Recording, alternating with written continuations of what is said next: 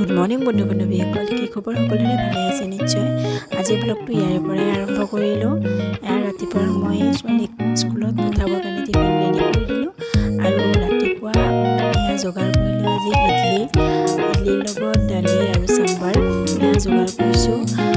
আৰু আজি এটা স্পেচিয়েল ডে আছে। আজি স্পেচিয়েল ডেটো হৈছে মা আৰু দেউতাৰ আজি মেৰেজ এনিভাৰ্চাৰী।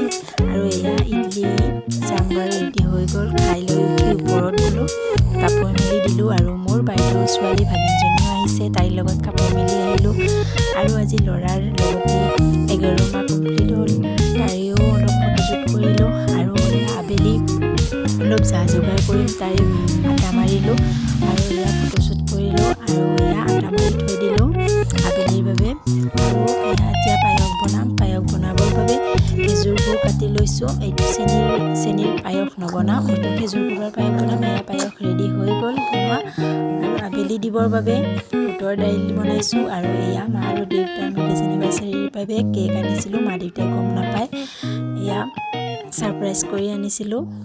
আৰু সন্ধিয়া হোৱাত মা আৰু দেউতাক কেকটো কাটিং কৰিব দিলোঁ। আৰু এয়া মা আৰু দেউতাই কেক কাটিঙৰ বাবে ৰেডি হৈছে, বহি লৈছে। আৰু মায়ে প্ৰসাদো আগবঢ়াইছে, কাৰণ মাহঁতৰ নামতি দলটো মতা হৈছে। যিহেতু মাৰ লগৰবিলাক আহিব, মায়ে লাজ কৰে, সেইকাৰণে অহাৰ আগে কেকটো কটা হৈছে। আৰু ল'ৰা আৰু ছোৱালী দুয়োটাকে কোলাত বহাই লৈছে আৰু কেক কাটিব। এয়া কেক কাটিব ধৰিছে। আৰু কেক কাটিং হোৱাৰ পিছতে নাম আৰম্ভ হ'ব, আহি পাবই আৰু বেছি দেৰি নালাগে।